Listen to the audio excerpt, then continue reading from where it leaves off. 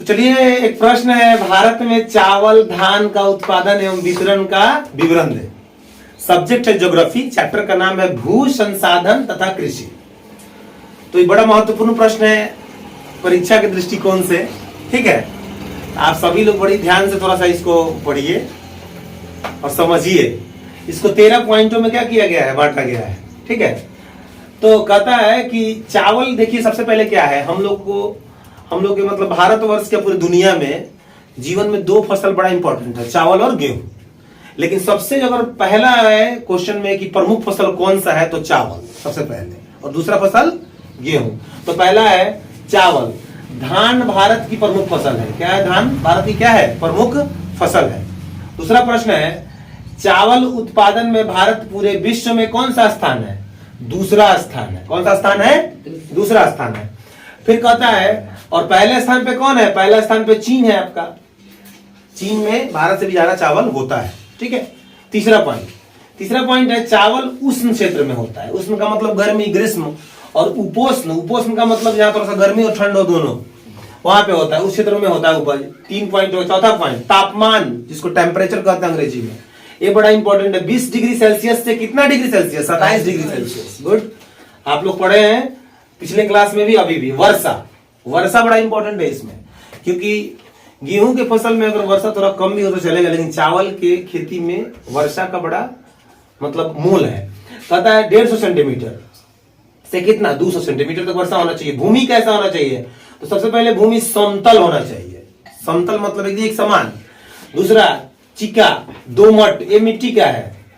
ठीक है, जो उपजाऊ हो, मिट्टी जो भी हो उपजाऊ हो, जो प्रकार का मिट्टी हो उपजाऊ हो। जैसा पढ़ा है पिछले क्लास में कि मिट्टी 8 प्रकार के होते हैं, बहुत सारे दृष्टिकोण से 4 प्रकार के होते हैं, वो अलग है। इसमें सबसे पहला क्वेश्चन करता है पूरे भारत में कि भारत में सबसे अधिक चावल किस राज्य में होता है? तो वेस्ट बंगाल यानी पश्चिम बंगाल। ये बड़ा इंपॉर्टेंट है, पश्चिम बंगाल में सबसे अधिक होता है। और इसमें सबसे ज्यादा मतलब फेमस डिस्ट्रिक्ट कौन सा है, जिला कौन सा है? तो इसमें कुछ जिले का मैं नाम लिखा हूं, जैसे पहला कूच बिहार एक जिला है, कहां? पश्चिम बंगाल में। दूसरा है एनजीपी यानी न्यू जलपाईगुड़ी, इसका नाम है जलपाईगुड़ी। तीसरा है मेदिनीपुर। चौथा है वर्धमान। पांचवा है दार्जिलिंग, जो काफी पर्यटक क्षेत्र से भी प्रसिद्ध है, और यहाँ चाय भी होता है, लेकिन ये चावल के लिए भी फेमस है। 9 नंबर है छत्तीसगढ़। छत्तीसगढ़ को धान का कटोरा कहा जाता है, एक जीके भी है। धान का कटोरा किसे कहता है? छत्तीसगढ़ को। इसमें कुछ जिला है, जिसका प्रमुख जिला ये है रायपुर, बिलासपुर, बस्तर और रायगढ़। रायपुर, बिलासपुर, बस्तर और रायगढ़। आप लोग इसको याद कर लेंगे।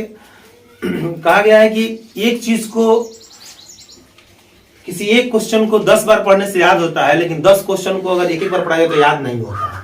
फिर कहा गया आंध्र प्रदेश आपका स्थान आता है किस नंबर पे? तीसरे नंबर पे। और चौथे नंबर पे आपका बिहार का स्थान आता है।